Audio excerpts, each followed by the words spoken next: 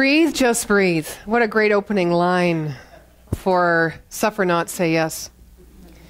Because when we breathe, when we consciously breathe, we bring our consciousness back to what is possible. We bring our consciousness back to ourself and that within us that is potential, which means life unlived, life unexperienced to date. And so that's really comforting, I think. But you know, when we talk about love, we often think about love as in expressed, given, or received as human beings. And that's kind of our marker and our measurement with how well we're doing, right? How well we're doing, or how valued we are, or how worthy we are, or how we've progressed in our relationships or our way to communicate. But that love, that breathe, just breathe, what that to me intimates is going inward to understand love rather than going outward to understand it by definition or demonstration. Go inward, receive the love that is always giving of itself. Now, when I started in ministerial school, that was a very confusing concept. I remember Dr. David Walker, a former president, some of you know him.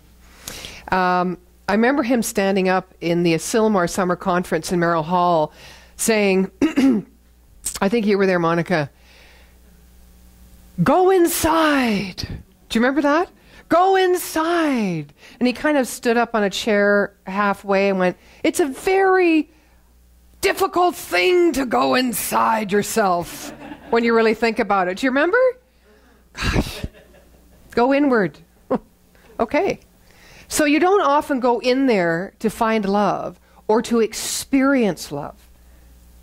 Right? We don't often do it that way. When we meditate, we just kind of hold the space and we wait. And we either banish, get caught up in, or bless all the thoughts that race by. To just hold that space. Now, is that love? Is love going on there? Is the activity of love present? It's hard to recognize because we know it in a certain way, right?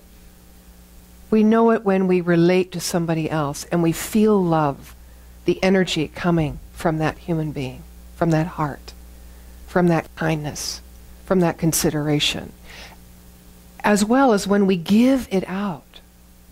So here it is. Breathe, just breathe. Go inward and experience the love. How do you feel it when you don't really know God? You can't maybe feel a vibration because you're looking or expecting it might be a certain way, perhaps in a way that you know it in your human life. So here's the thing that I did.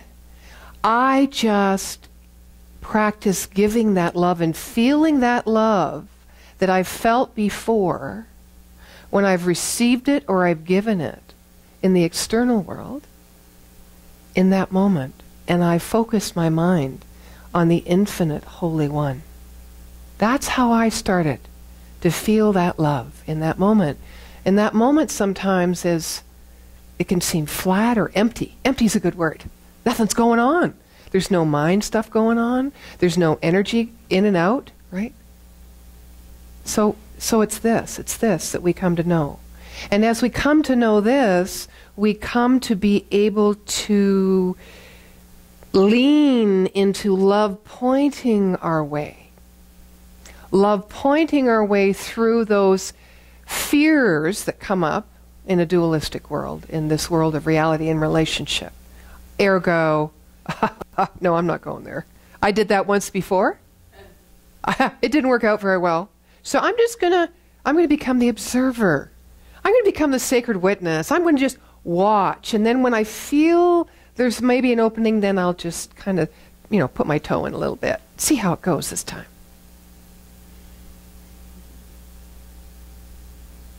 We are that divine one that only knows itself as infinite and whole. Everything it is we are, it doesn't have a toe to stick in. Only we have. And when we stick in the toe, although it is going into the right direction of love, where is it coming from? What is the intention behind the toe? What is the mind wrapping itself around? The possibility of rejection, the possibility of hurt, the possibility of being affirmed in our knowing that I was right all along. I should never have stuck my toe out that far. What is the intention as we grow ourselves to love ourselves as the Divine One, and we start to take it from that place and move it out in the world? We are a little more likely to jump in feeling safe and secure, knowing the source of love is within us. It isn't sourced outside of us. It's just a playground. It's just a place we get to mirror or reflect that which we already are and which we're learning to do, which is love self, love God, love self, love God, love self, love source, love self as source. When we come from that place, doesn't matter if it's a toe, it's a little baby step, or it's a quantum leap. When the intention is clear, when we know what we're bringing to the plate, however then we walk is perfect. It is the right direction. It is the right amount.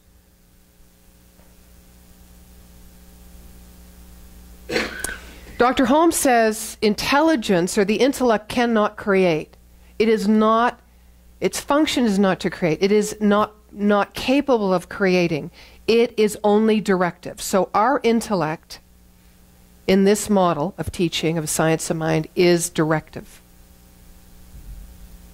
Something is creative. Has to be. Right? Because life's ever showing up, ever continuing. So something's creative, but it isn't our mind. Our mind is directive. Our objective mind, this mind that we say is personal because it chooses. It likes, it dislikes, it decides where to put the toe. It decides and claims what the intention is behind our actions or our words or our thoughts or our relationships. So what's creative? If the intellect is only directive, and in that direction we are being asked to develop and deepen our consciousness of love, what is creative? What is creating? I'm going to leave you there at the moment because I've got stories and lots of goodies here that I'm now remembering I've got to share. So I want to share this story with you. It's an inspirational one, of course, that came across the internet. And it's about a group of young boys in 1986 that live in Pani. And they live on a floating city. And they have one television in the whole little town. And they sit and they watch this TV and they watch sports, of course. You know, they're kids, little boys. I don't know, 9, 10, 11, that age. And one day they get this dream that they want to form their own team. So they talk about it and they think about it and they talk about it. Problem is, this is for soccer, problem is they have no space because they're on a floating city. They only are on rafts. So how are they going to create a space, or what they call a pitch, in order to practice the sport? So the townspeople laugh at them, think they're dreamers, can't imagine that this could go anywhere. And some even try to dissuade them from this imagining. Well, eventually the boys get the idea that they're going to build a pitch or a space or a field on logs out in the waters. So they bring the logs, they do everything, they nail it down, they get this big, huge floating pitch with a net and everything. And, as it goes, the nails weren't really firmly down. Some of the heads are sticking up. And of course, the weather being what it is, and the water, the pitch was always wet and slippery and sometimes slimy. And they played in their bare feet. And, the ball would go in the water a lot and they would go in the water a lot. But over a period of time, they got very good at their sport. All the while, some of their family laughing and saying, oh, they were silly and whatnot. Eventually, they get a notice that there's a competition. And they decide they're going to enter this competition. So they're in the boat, in their bare feet, in their little shorts. They're going to paddle off to this other island. And all of a sudden, a man runs down, probably the father of one of the kids. And he said, you can't play like that. And he holds up these T-shirts. And the whole town's got together and they bought them socks and shoes and T-shirts and outfits, right? Well, they're over the moon. They get to this wonderful place, grass, everything. They start doing their number and they're not doing so well. And it's raining. And by intermission, they are losing 2-0. So they reform and they think, we need a new strategy. We need to do something if we're going to get some goals. So they decide to take their shoes and socks off. You knew it, right? And they decided to go back to what was natural for them. Right? So in the wet grass, and because they had very precise, fancy footwork because of the nails, right? And they knew how to balance themselves and be very flexible because of the slipperiness. They scored 2 goals, so they brought it 2-2, and in the last second of the period, the other side scored the winning goal. It's okay. They came to the benches. They were kind of like this in the beginning, but of course they saw how far they'd come. And over the years, the different youth teams that were formed in this sport took the championship from 2005 to 2010. Point being, these boys did not sit and suffer in a dream or a desire that was unattainable. They did something that had never been done before. They worked together to do this, and despite the obstacles and the energy coming from outside of them, which was laughter and disbelief and calling them silly, they moved ahead to great success. Not only great outer success, but great inner confidence and respect and joy for themselves. They said yes. They said yes to that which they did not know. And that's what love asks us to do, doesn't it? It asks us to stretch in ways where all our fear, all our reasons why not, all our logic raises its head like the phoenix. But that is what pulls us forward in life. We don't often name it that or label that. We can label it many things. Joy, wealth, perfect health. But it's a feeling of love that we're always trying to understand and expand, even if it's not consciously. It has to be that way because it is the nature of the Divine One. And if we are one with that Divine One, it's our nature. So it's always going on. That activity of expansion and expression and creation is always going on. Love.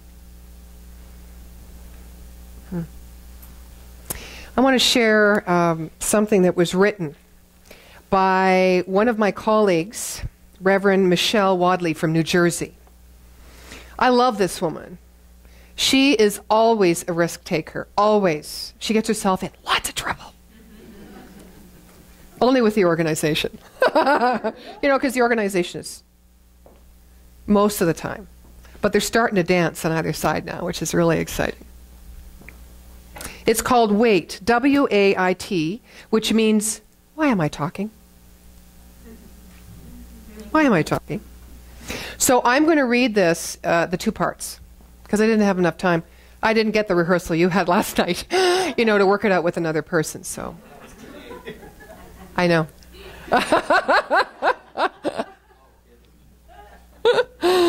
Okay, so the purpose of this skit is to demonstrate the inner voices that many of us have. One being more ego-based, of course, and the other, the voice of wisdom, or the voice of love. So here we go. Voice number one, why am I talking? Number two, because you think you have something to say. Why am I talking? Because you want to be heard. Why am I talking? Because your ego's in charge. Why am I talking? Because you need to look good and smart and accomplished. Why am I talking? Because you need to be right. Why am I talking? Because you need to be needed. Why am I talking? Because you're afraid. Why am I talking? Because it's better to talk and distract yourself than to feel. Why am I talking? Because you are desperately holding on to some modicum of self-worth. Okay, I'm listening. What are you really saying? I'm saying it's okay. You're just trying to hold on. Okay, I'm listening. What are you saying? I'm saying your worthiness is not what you know. I'm listening. What are you saying? Stop looking around for approval and look within. Okay, I'm listening. What are you saying? I love you. Who is talking? It is you. No, really, who's talking? It's the highest, most beautiful, strongest, wisest of you. No, really. Who is talking? Really, I'm you. I am that deep voice behind the other voices, behind the doubt, the despair, behind the self-criticism. I am that which lives at the core of your being. I am that which has never hurt, harmed, or injured in any way. I am you. Then why can't I hear you all the time? Because you're too busy talking. Too busy trying to be smart, funny, and liked. I want to hear you more. How can I hear you more? Shut up. Then listen and be quiet. Be in the quiet. Be in the listening. Be the listening. Be. Shut off the radio, the television, turn off your mind, and listen. Listen to all your wisdom, the ancient wisdom that is always whispering. Well, how do I remain open? Love. Love yourself more. Trust yourself more. Meditate more. Pray more. Allow healing or holing, the coming back, to happen. There is nothing to get that could make you more. There is most certainly nothing to say that could make you more worthy than you are right now. And this worthiness has always been you, will always be you, and can never be separate from you. Why am I talking? Because you are now remembering to say, I love you every day in the mirror. To say thank you to all of life, and because you are using your words to create beauty and joy and peace. Now you are talking as the voice of God. And sometimes that voice is heard, but most often it is silent. Will we talk again? We're always talking. In every thought we converse, in every thought and word we create. So this led me to the reading of Dr. Ernest Holmes. He writes a piece, and it's called Call to the Ministry. And I believe that we're all ministers. I believe that we're all teachers and students. I believe that we're all called to love. To me, that's ministry. In whatever way it expresses. Taking care of animals, making up lyrics and music, taking out the garbage, volunteering, whatever way it shows up, we are that divine expression in its fullness, with the capacity to keep expanding our own experience and expression of love. So I wanted to share a few things of this writing from Dr. Ernest Holmes with you. And it's really about 20 pages, but I've only got a couple of paragraphs here. You'll be very happy to know. We can only know that we know by the results we get. The only authority Jesus ever asked for, his word, was his work. When they questioned him as to whether or not he had the right to forgive people, he said, "To show you I do, I will heal this man. Pick up your bed and walk."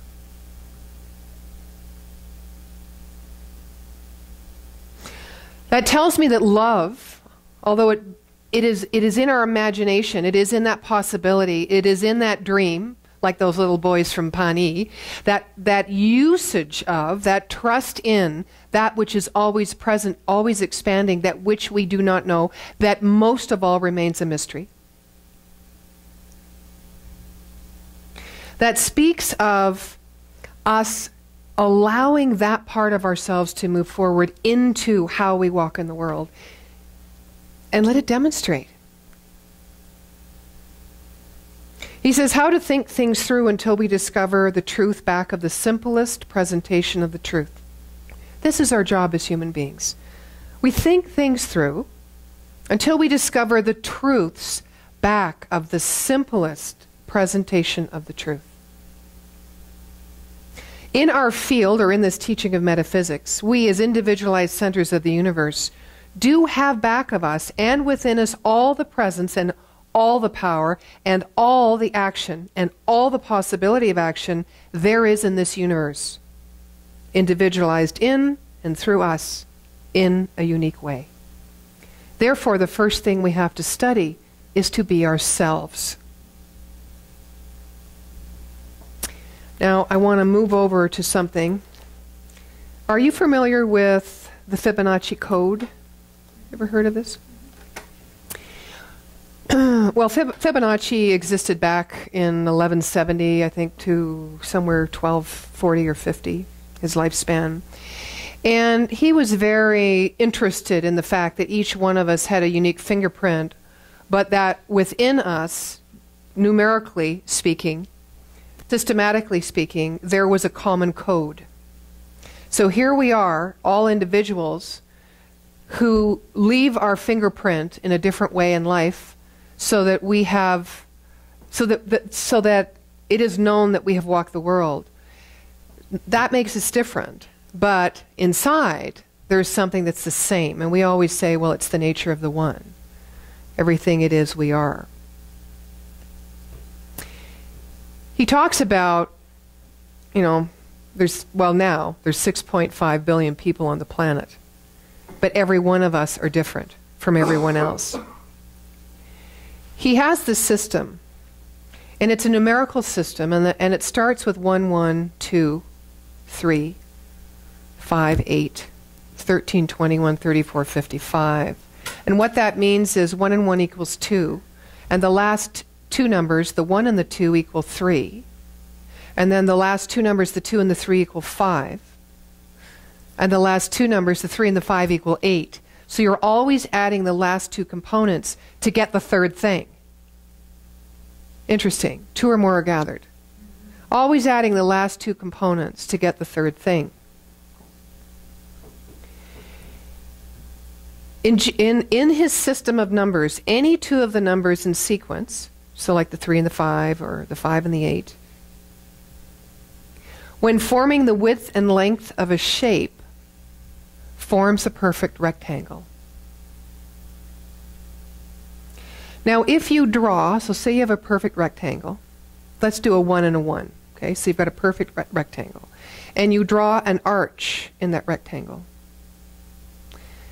In his system, it's called the golden triangle, because you've made somewhat of a triangle in the square. And as you add on with the next two numbers, and the next two numbers, and the next two numbers, you're always building an arch through these bigger, increasing sizes of perfect rectangles, and the arch keeps moving around as such until you're getting this spiral.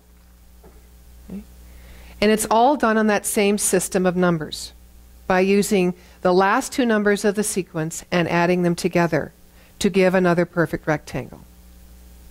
Now, it's not so much that the system of numbers is astounding, but it's where the system of numbers shows up that's amazing. So this system of numbers, this sequence, shows up, for instance, in the flowerets of the sunflower. If it's graded or graphed, geometrically speaking, you can see that same system and that spiral.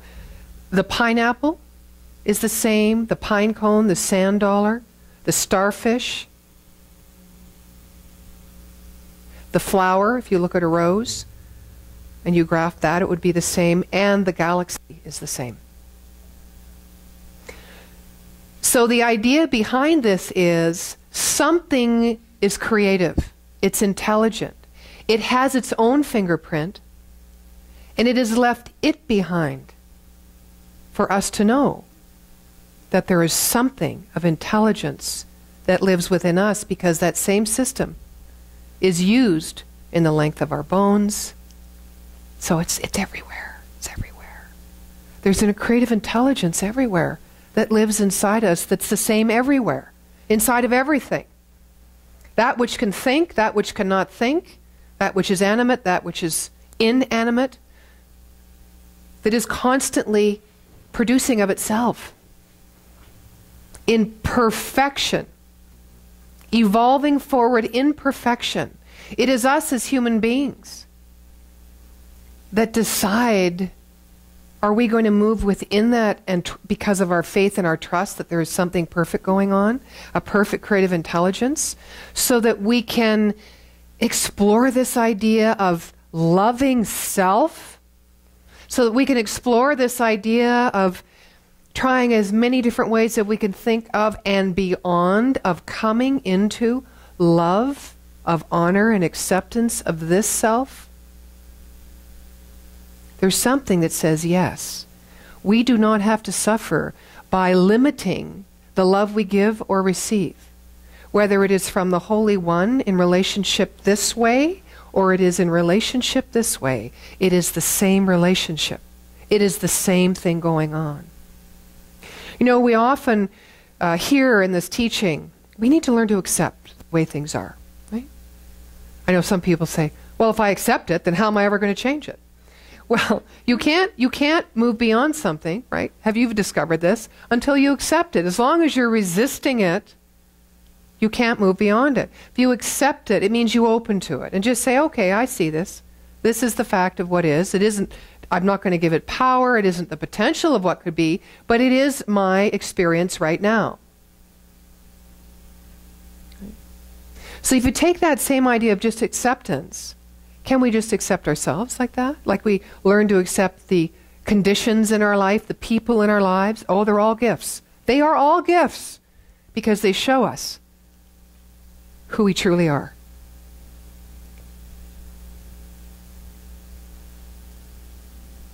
By how we love, how we let love flow, or how we resist love. They show us. They show us who we truly are being in that moment, and they show us the true potential and the nature of who we truly are. So, if we look at ourselves in each and every moment, this isn't about in enlightenment. I mean, gosh, if we were truly enlightened, we would fall into the flame and we would exist no more. This idea of enlightenment is to be touched on here and there. enjoyed. It tells us we're a part of something great that we can't even understand. But as human beings, we need to understand to do our life in the dualistic world, right? We do. We need to understand our place, the ways, our decisions. We're not meant to stay in that state. Example, Crystal Mines, Mexico. Maureen was looking at it on the internet yesterday, and I thought, well, this is a great analogy. The Crystal Mines, Mexico is so potent, so pure, that you have to get all geared up to go in. And even then, you can only stay a certain amount of time. Because it's 45 to 50 degrees centigrade, Celsius, thank you. And it's 100% humidity. The purity, the potency, the perfection, the beauty. I think of that as, the fire itself, God itself. We're not meant to stay there very long. Until we are. This human journey, when you think about it, if we're all that God is, if we are absolutely one with this perfection, this intelligence, this love, that has no boundaries, that is infinite, if we are all that, how are we going to know we're that? Unless we come out of the crystal cave and witness that. But we have this hunger to be that be that. We have to get there. We have to be that. No, we are that. I'd rather spend lots of years outside the crystal cave myself. Being able to experience it, connect with it, feel it. Know that it's there for me to drop into at any time. And also to step back from. To be objective. To witness it. To watch it. In its perfect geometrical spiral of evolution, of creation. This is the relationship I want.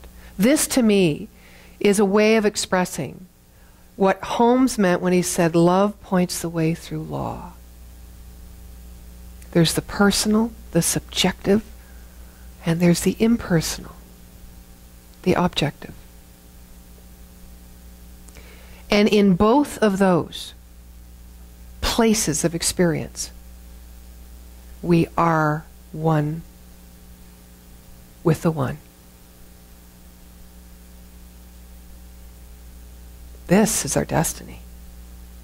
To discover and experience the ability to say yes to life, not just outside of us, but to the life outside of us as a result, as a natural response to saying yes to the life that lives within us. We're amazing.